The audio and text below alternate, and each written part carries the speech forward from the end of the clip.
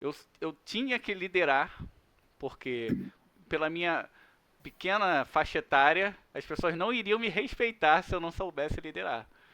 Não. E eu acredito que aquele tempo que eu passei lá também, as suas instruções contribuíram muito para isso, porque o drive que eu recebi durante as instruções era realmente do tamanho da responsabilidade, porque eu estava encurtando 10 anos de aprendizado e de erros e de acertos que uma carreira normal teria, né?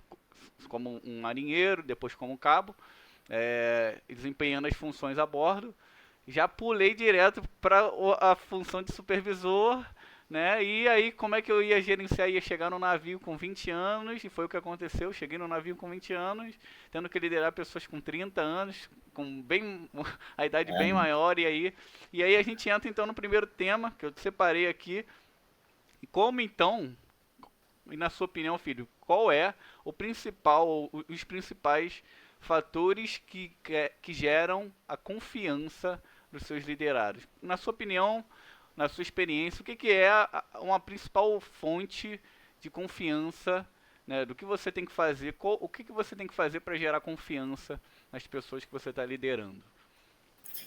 bom, Thiago, pergunta interessante. Eu pegando o gancho no que você acabou de falar, realmente a idade conta bastante, né? Porque a primeiro momento as pessoas olham para uma pessoa mais nova ou mais jovem, associa a idade à falta de experiência. Uhum, Mas, respondendo especificamente a sua pergunta, o que mais gera confiança no outro em termos de liderança são as atitudes, né? Os exemplos, principalmente, e sim, um pouco de experiência, mas não se tratando, não falando da experiência técnica, mas também com relação à experiência de vida. Se você conseguir ter essa troca com o outro, independente da idade, e mantiver o que eu chamo de senso de identidade compartilhada, se você conseguir compartilhar um pouco de experiência com o outro, independentemente da idade, você consegue sim gerar essa confiança.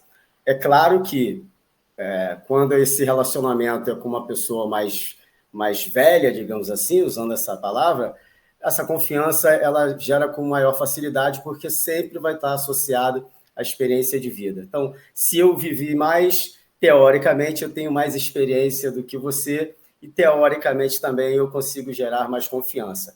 Mas, literalmente, o que gera mais confiança é o exemplo através das atitudes.